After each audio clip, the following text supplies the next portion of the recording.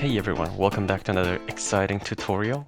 Today we're going to take a look at creating this beautiful cotton candy rendering. I'm going to be using Rhino and V-Ray, but I'm sure there's a way to do it with your own 3D softwares and render engines. So let's get started. So we'll first start by opening up your model in your desired 3D software.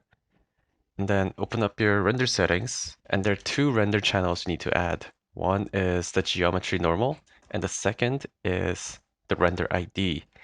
And once that is set up, now you can go ahead and set up the rest of your scene so that your output and lighting is as you desired.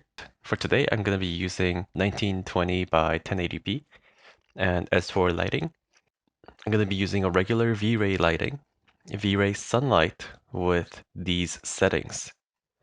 So once everything is set up, I'm going to type in render and let it render for a little while. So there's one thing I forgot to mention, so I recorded this separately. The thing is that once the rendering is complete, you need to make sure to save all the different channels instead of just the RGB. So the way you do that is by long clicking on the save icon and then hitting save all as separate files. All right, once that is complete, I'm going to be opening them up in Photoshop.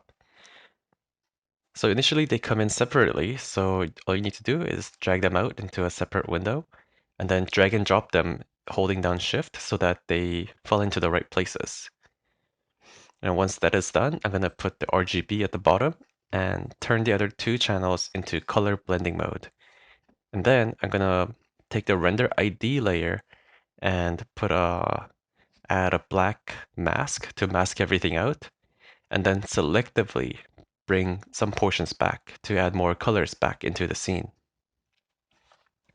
And once that is done, I'm gonna bring in some backgrounds and textures that I've made earlier.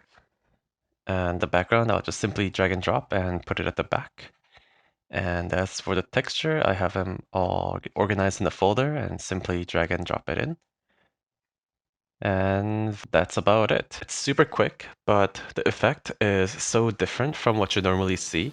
Even though the photorealistic renderings will always have their place, I highly encourage you to step out of the box and experiment with different blending modes, different channels, and all kinds of things.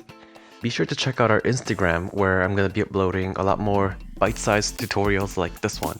Thanks again for watching today, and let me know if you guys have any questions or suggestions, and I'll see you guys next time. Bye.